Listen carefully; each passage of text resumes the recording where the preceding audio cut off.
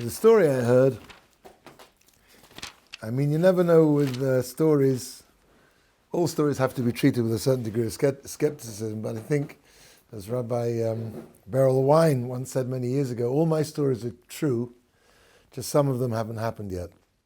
So I think the story illustrates a certain aspect of Klal Yisrael, the Jewish people.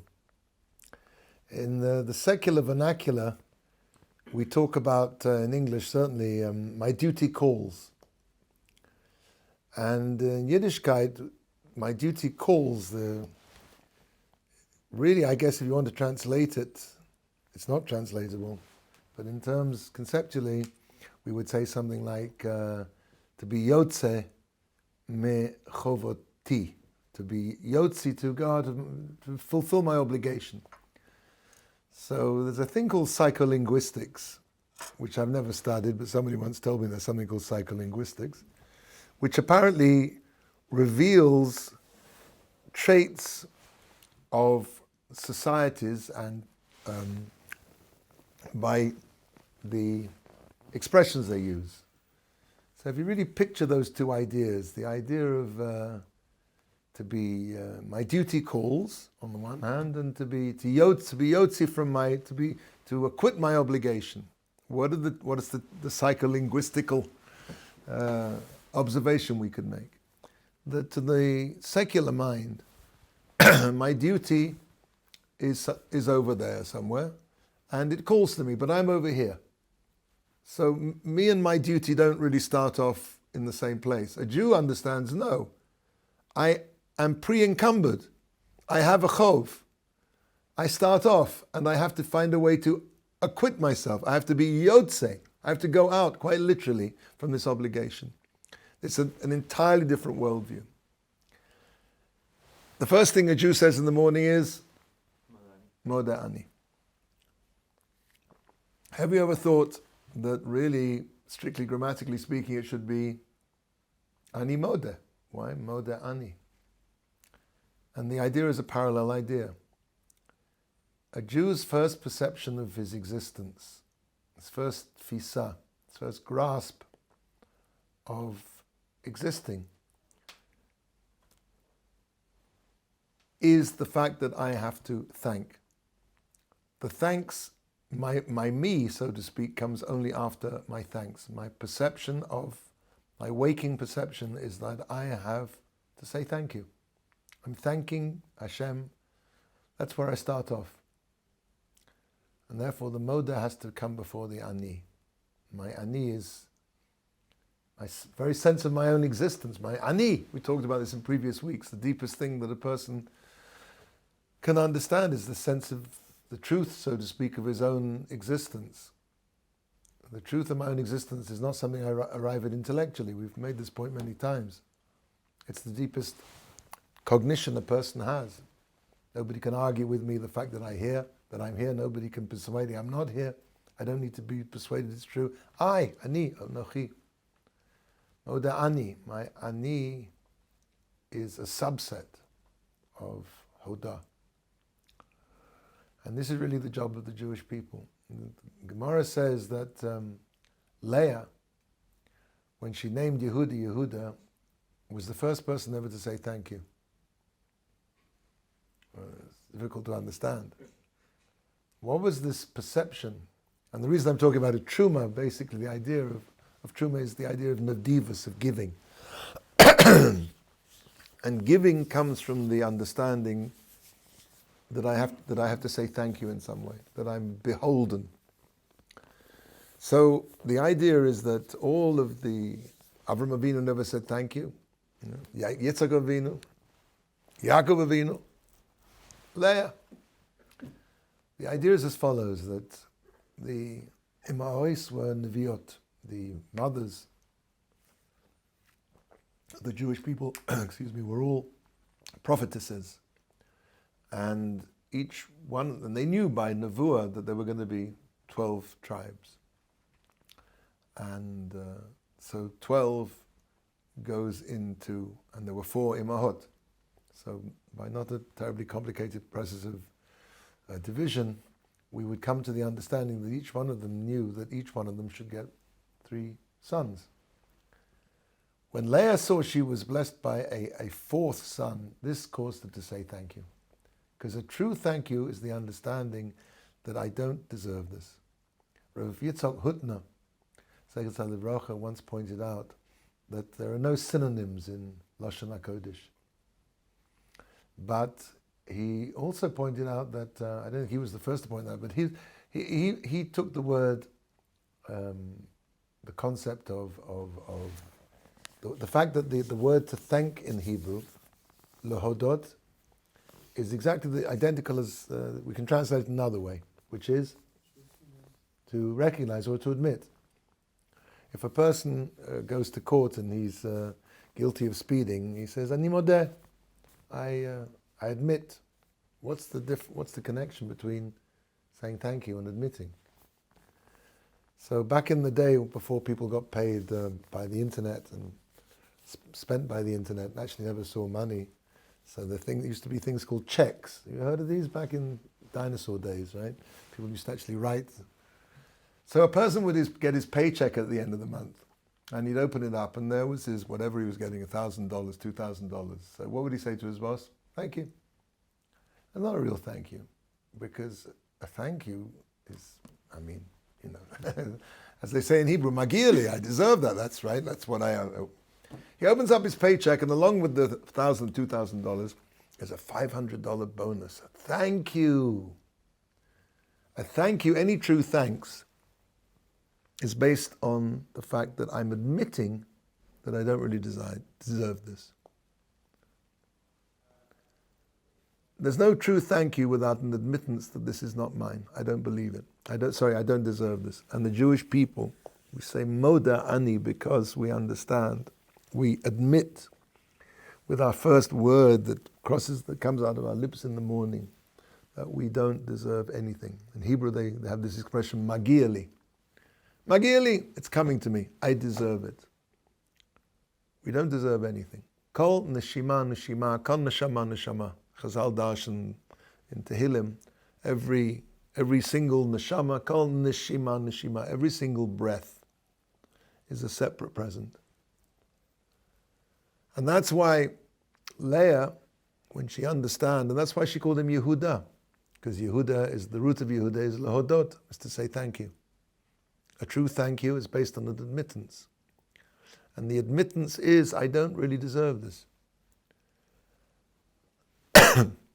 We're called Yehudim, the thankers.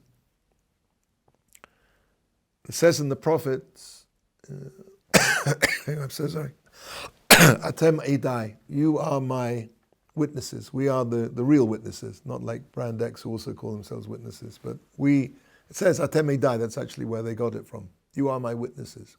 What are we supposed to witness to? We are supposed to witness that there's a God in the world. There's a Rabboni Shalom. That's the job of the Jewish people. There's an interesting Gemara talking about the legitimacy of David HaMelech to become king. Gemara is the whole discussion over there, whether he could enter the Kahal of Klal Yisrael. Why? Because David HaMelech comes from Rus. And Rus is from the tribe of Moab. And the Gemara, the Torah says that Moavi va'admoni, a Moavi cannot enter the Kahal Hashem forever, any generation. Ad sofa darot. A Moavi can never become a Jew. And the question is why? I mean, if you think about it, the Egyptians who can marry into the mainstream of Klal Yisrael after 3 generations. For 3 generations they convert and then they intermarry amongst themselves. But after 3 generations of that they can join Klal Yisrael as a regular Jew. A Moavi can never, ever, ever, ever join the Jewish people. Why? So the Torah tells us. They didn't rush out and greet you with water, bread and water when you came out of Egypt. Hello. The Egyptians used Jewish babies as bricks in their mausolea. Paro, the Medrash says, bathed in the blood of Jewish babies to try and relieve his tsaras. Actually, I'm just thinking now, it could be the word psoriasis in English, or Greek is probably tsaras. Just crossed my mind. Anyway, he had some kind of skin condition, and the Egyptians enslaved us, made our lives, tortured us for 210 years.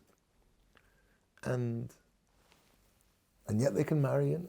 And what happened? Because the Moavim, they didn't rush out to greet us with coffee and cheese Danish when we came out from Egypt. That's it, guys. Never. What's going on? So the answer is what we're saying. What did the Moavim betray? Let's remember who are Moav. If you remember in the story, when Lot escapes from Sodom, and the then known world suffered the Holocaust, I don't like to use that word, a destruction, an overturning. Hafuch, called the Kikar, everything was destroyed there. I mean, Hashem rained down Gofris v'Melach, the equivalent of a nuclear war. And Lot's daughters believed that the mankind, as they knew, had come to an end. I mean, there was no internet in those days, and there was no television, no communication, so they understood that the world was destroyed. And therefore, and the Torah ascribes no blame to them because they acted altruistically, therefore they decided they would have to have relations with their father and repopulate the world. Moab. So, was it not for the fact that Avram Avinu rescued Lot, their father? Avram Avinu rescued his nephew Lot. There would be no Moab. In other words, the whole Moavim, literally Moab means from father. They were produced from a relationship with the father. But Moab would not exist were it not for the fact from Avram Avinu. Now, who are the Jewish people? The Jewish people are the descendants of Avram Avinu. In other words, the Moavim, if they can sit by and not go out and rush to greet, who are these people? The people without whose great-grandfather they wouldn't be in this world. This betrayed a fatal flaw. And what's the flaw? The flaw of lacking of hakaras hatov. The inability to say thank you, or to recognize where thanks is due, to admit that their existence was predicated on Avram Avinu, and this is Avram Avinu's progeny. Because they did that, the Torah says that betrayed a fatal flaw, a flaw that cannot be allowed, a genetic, spiritual flaw. And the midot of a person come very much from his parents and his grandparents. We inherit our midot from our parents and our grandparents. You see this in families very clearly. Because they had this fatal flaw, they can never be allowed to marry into the Jewish people. Why? Not because being ungrateful.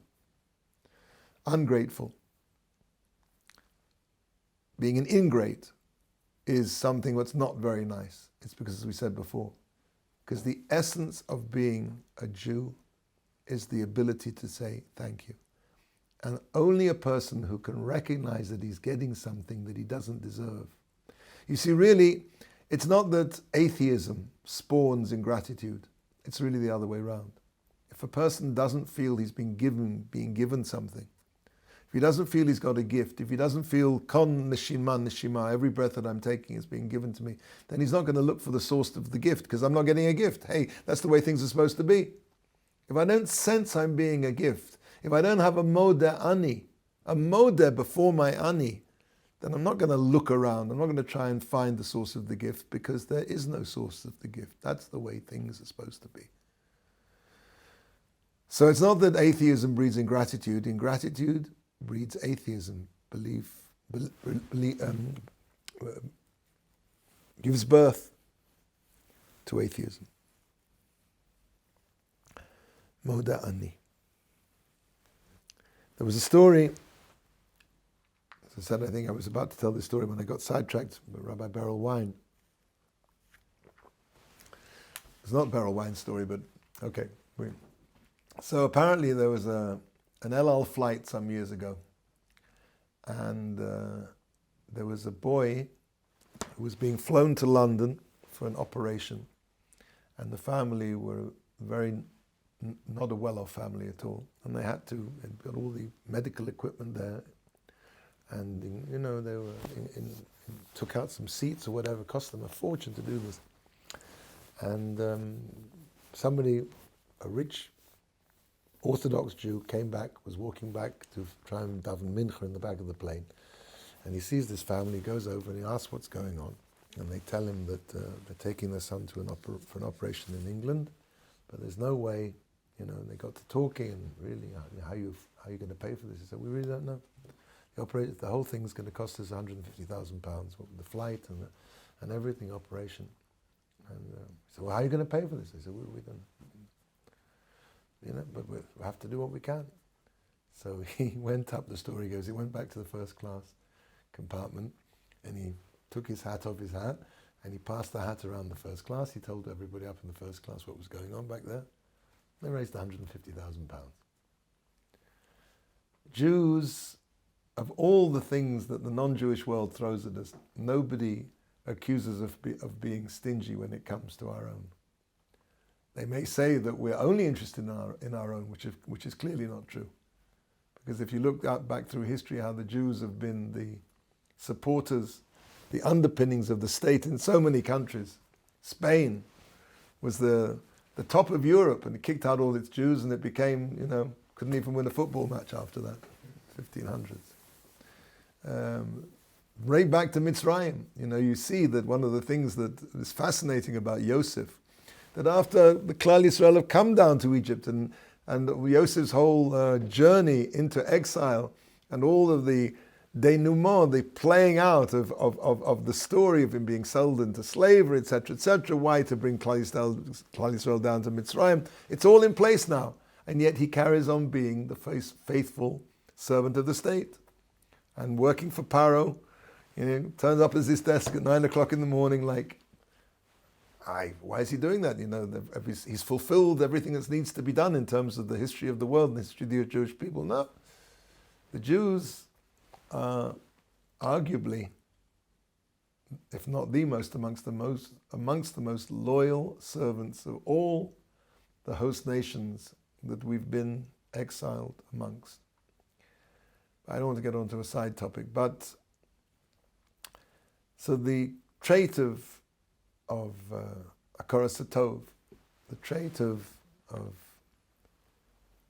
thanks, the Jewish ability, the Jewish tendency, the Jewish gene of tzedakah. And it's interesting, the word tzedakah. I mean, the word in English, we're talking about, again, psycholinguistics, charity. Charity suggests that I'm being Mr. Good Guy. The word in Hebrew, tzedakah, just means righteousness. What's the root in English, actually, of righteousness is what? Rightness. That's the right thing to do. I don't need a medal. I have to be yotzi mechavoti. I have to be yotzi zayin. I start off pre-incumbent, because that's, I remember there was a guy, I had a flat tire, and the battery was flat, and we couldn't get the battery charged, and this guy came up to me, this Israeli guy, and he said, I've got I'll give you a charge. For some reason or other, the charge didn't take. It wasn't just the question of clipping the bulldog clips and away you go. He sat there with me for about 20 minutes while he ran his car, charging my battery until it would start. And I said, thank you so much. He said, lo bati lo olam le'echol glida. I didn't come to this world to eat ice cream. It was such a lovely, typically Jewish idea. I did not come to this world to eat ice cream. He understood that he wasn't doing anything that... Anyway, so I saw this. I wish I could remember the source of this, because that way we could bring the Geula closer. Vayedaber Hashem el Moshe le'mor, daber b'nei Yisrael. Speak to the children of Israel. V'yikchu li truma, and take for me truma, Me'ez kol ish asher yidvenu libo tikhu es trumosi. It's an interesting, rather convoluted sentence. Speak to the children of Israel, and take for me truma. Truma means, how does he translate here? A portion. Me'ez kol Yisrael asher yidvenu libo. From every man whose heart motivates him. And then he goes back and says, Tikhu es trumosi. So I think it's the Sfas Emes, but I don't remember, and I'm sorry, I should have looked this up beforehand and I didn't. But there are 3 levels of giving hinted here in this pasuk. The lowest level is a person who understands that he has to give tzedakah. He really would prefer not to give tzedakah, but he understands that's what he's supposed to do. Daber b'nei Yisrael v'yikchu li truma. So sorry, the lowest level of tzedakah is right. The last level is the end of the pasuk. Tikhu es trumasi. Take the truma. Make sure he pays it. Make sure he gives tzedakah, whether he likes it or he doesn't like it. Okay. Now the next level is, and this is counterintuitive in a way. V'yikhu li, the middle of the pasuk. Truma me'ez kol ish asher yidvenu libo. Take truma from every man whose heart moves him, motivates him. That's a person who feels bad for people, who feels sympathetic, empathetic. I want to help. I can't bear to see people who are suffering because they don't have enough money. And you think that's the highest level. But no, the highest level is v'yikhu li truma. The highest level of giving is, why am I giving this? Because Hashem wants me to be the kind of person who gives truma, who gives tzedakah. Not because, and of course it's admirable, I'm not saying it's not admirable, not because my heart, yidvenu liboy, I have a giving heart, that's very good, that's very nice. But the highest level is, why ikhu li? Because HaKadosh Baruch Hu commanded me to do it. And why? Because He wants me to be the sort of person that gives. And even if I'm not naturally that way. We live in a society where we're really taught to be selfish. We don't need much instruction. I mean, the nature of a person, the Ramban says that the mitzvah, v'ahavta l'recha kamocha, is almost impossible because nobody loves anybody else as much as themselves. But he says that what a person should do is at least to act the same way when he's thinking about other people as he would towards himself, to love people at least as much as himself, and if he doesn't feel that love to the same degree, he should certainly behave in such a fashion. We don't need much education to be selfish, but don't worry, we live in a world where we are educated to be selfish. One of the things I really used to enjoy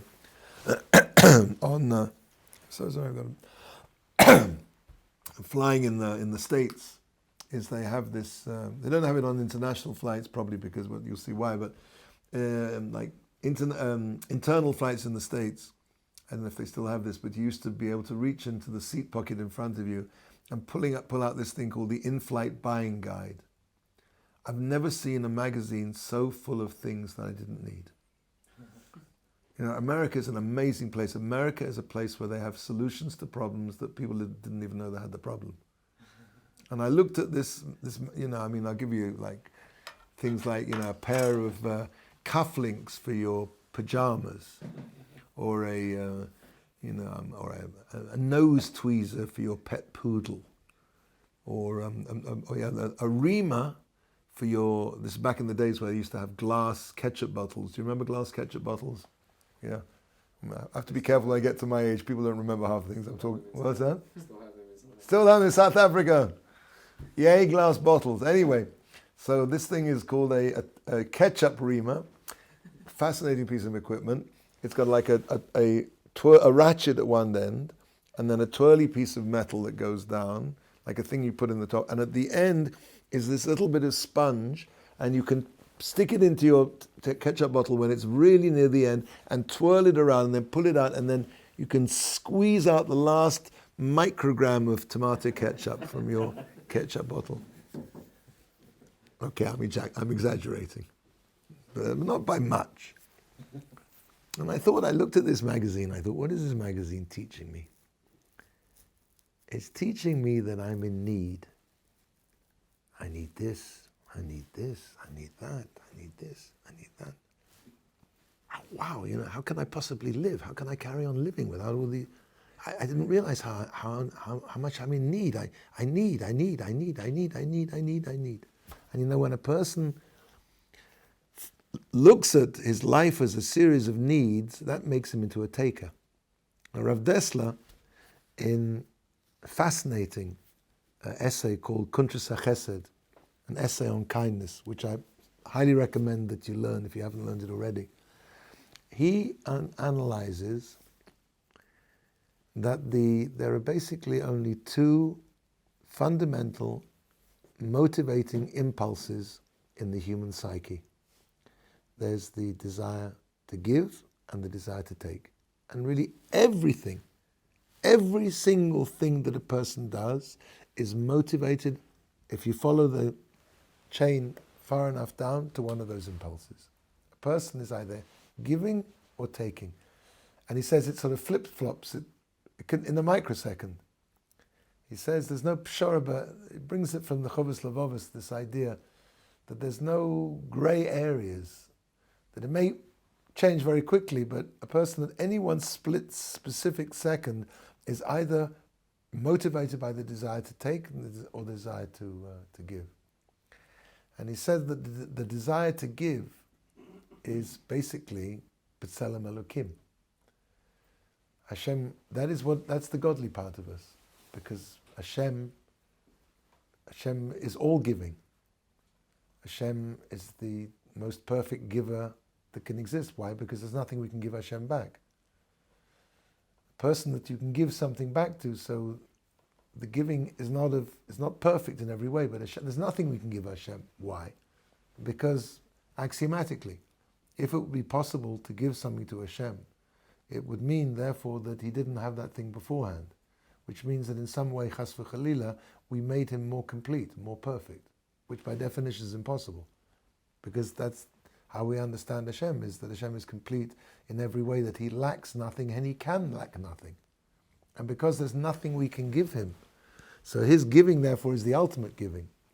But to the extent that we cast ourselves as givers, so we become godlike as much as man is able to become.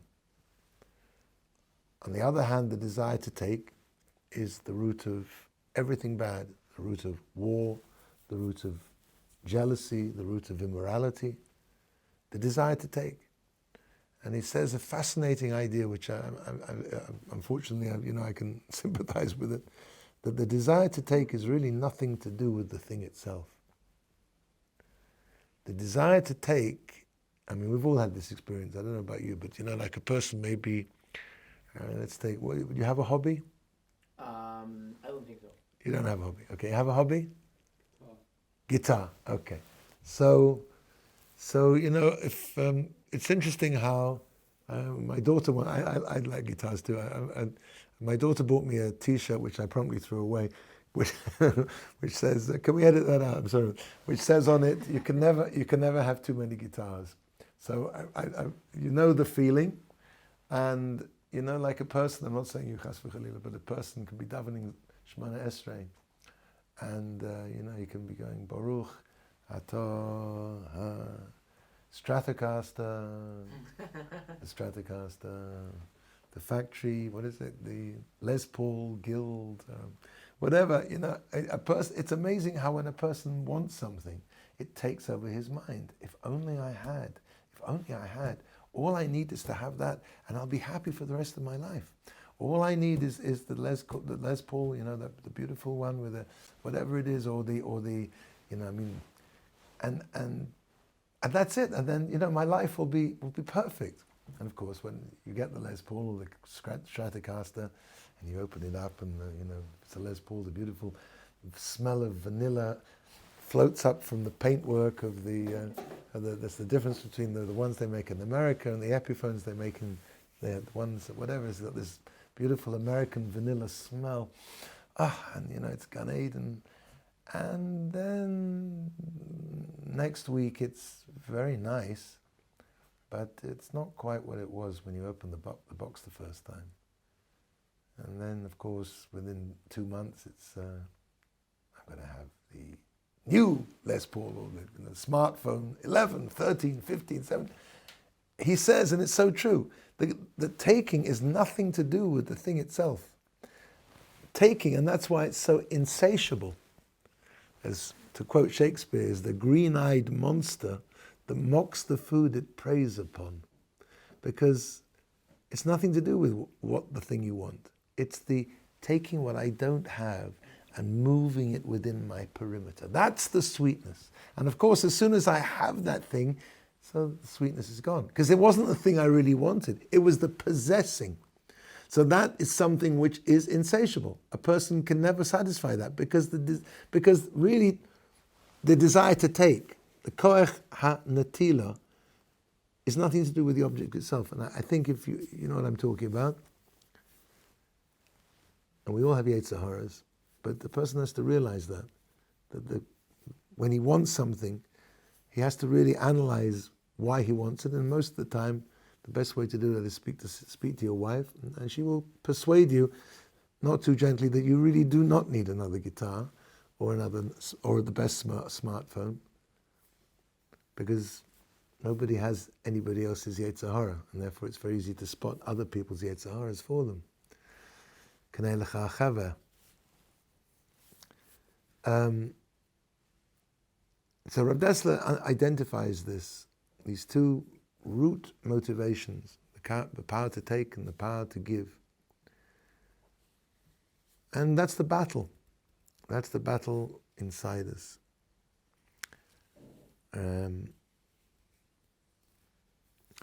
When I was working in Southern California, we used to have a joke that the best job in Southern California, and it's amazing how many Jews there are there, best job in Southern California is to be a divorce lawyer. And the second best job is to be a shrink. Why? Because you have a society which is based on taking. And as we said, the fundamental flaw of taking, the big problem with taking is you can never get it. You can't get it.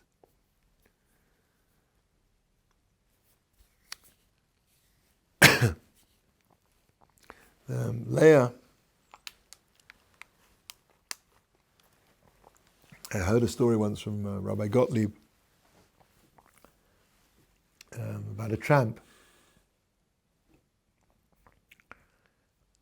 Coming back to this idea of kol neshima neshima, every breath is a gift. There was this tramp standing by the road, and this long Rolls-Royce limo, probably Sunset Strip in Los Angeles, glides to a halt by the side of this tramp, and the electric window goes down with this, expensive purr, and this gloved hand comes out with a $100 bill, and waves the $100 bill to the tramp. The tramp goes, hand goes. So he goes over, very gingerly, takes the $100 bill. Wow. Right? Hand goes back in the car, bzzz, car drives off. The next day, same thing happens. The car drives up to the curb, down goes the window, out comes the hand. Takes the $100 bill. This goes on for about 2 weeks, every day, $100 bill. After about 2 weeks, the car draws up at the lights, and the window doesn't go down. So the tramp walks over and sort of tries to see through the smoked glass. Of course, he can't see through it. And then, very gently, he sort of taps on the window. And then he knocks a bit harder. And then he starts to knock a bit harder still. And then he starts to bang on the window and starts kicking the car, and he starts screaming, "Where's my $100 bill?" Leah, Rachel and Yehuda. Leah and Yehuda we talked about. Let's talk about Rachel, Yaakov and Rachel. The pasuk says that Yaakov worked for Rachel for 7 years, and it seemed in his eyes yomim achadim, single days, because of his love for her. He worked for 7 years, and they seemed like single. Now, this is completely counterintuitive and flies in the face of every soap opera that you never saw. Why? Because what is the classic, romantic, secular version? Oh, darling, the days seemed like years, the weeks seemed like eternities. I mean, to the secular mind, to be separated from somebody for 7 years, 7 days is already pushing it. 7 days seems like 7 years, and yet to Yaakov Avinu, 7 years seems like Yamim Achadim, a few days. How do we understand this? As soon as Yaakov Avinu started working for Rachel, he started giving to her. He was giving to the relationship. That was the beginning of his love. He'd actually started loving her because he started giving to her from the moment he started working. And therefore, those years seemed like days because he was giving. It wasn't that he wasn't in the relationship. He was in the relationship had started because his definition of the relationship was to give. And by working, he was giving. Maybe we'll end on this. Another story about Rosh Shiva of Chvar Hasidim.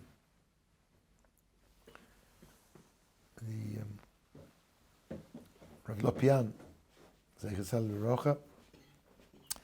There was a bocha in